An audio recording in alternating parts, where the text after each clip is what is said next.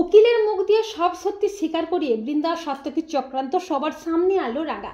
হ্যাঁ বন্ধুরা, আমরা এমনটাই দেখতে পাবো রাঙামতি তীরন্দাজ ধারাবাহিকের আগামী পর্বগুলোতে। রাঙা ন্যাশনাল চ্যাম্পিয়নে খেলতে যায় আর বৃন্দা সাত্তকী পাওয়ার অফ অ্যাটর্নির জন্য উকিলের সাথে চক্রান্ত করে, এমনকি পাওয়ার অফ অ্যাটর্নি হাতেও পেয়ে যায়। অপরদিকে রাঙা তার লক্ষ্যভেদ করে ন্যাশনাল প্রথম হয়ে গোল্ড মেডেল জিতে নেয় দেশের জন্য। বাড়ির সবাই টিভিতে নিউজটা দেখে আনন্দে মেতে ওঠে। রাঙা আনন্দে বাড়ি ফিরে আসে, কিন্তু বৃন্দা বলে এ বাড়ি এখন আমার নামে, তাই তুই এ বাড়ি থেকে এক্ষুনি বেরিয়ে যায়। এমনকি রাঙার ধনুকটাও পুড়িয়ে ফেলে বৃন্দা। রাঙা আগুন ছুঁয়ে প্রতিজ্ঞা করে বলে এর জবাব আমি দেবই। এরপর রাঙার সাথে সবাই বেরিয়ে যাবে করে, কিন্তু রাঙা বলে না, শুধু আমি এই বাড়িটা ছেড়ে চলে যাব, তোরা এখানটাতেই থাক। এই বলে রাঙা বাড়ি ছেড়ে একাডেমির হোস্টেলেই থাকে।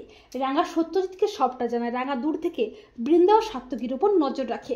বৃন্দা ও সাত্তকী যখন গোপনে আবারও সেই উকিলের সাথে দেখা করে, রাঙা সবটা দেখে ফেলে। এমনকি রাঙা চালাকি করে সবটা ফোনে ভিডিও করে নেয়। এরপর রাঙা তীর নিয়ে সেই উকিলের কাছে যায়।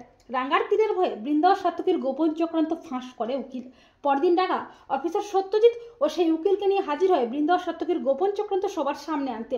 সত্যজিৎ বলে জালিয়াতির অপরাধে আমরা সাত্তকী বোস ও বৃন্দা বোসকে অ্যারেস্ট করতে বাধ্য হচ্ছি। তার সঙ্গে বৃন্দা ও সাত্তকী তো প্রচণ্ড ভয় পেয়ে যায়। বৃন্দা আমতামতা করে বলে আমরা কি জালিয়াতি করেছি?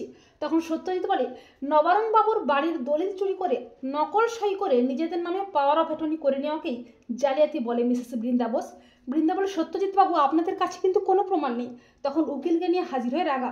রাঙা বলে প্রমাণটা ওর কাছে আছে রে। উকিলকে থেকে ভয় পেয়ে যায় বৃন্দা ও সাত্তকী। উকিল নিজের মুখে সব সত্যি স্বীকার করে আর রাঙা বৃন্দা ও সাত্তকীর কুচক্রান্তের প্রমাণ সবাইকে দেখায়।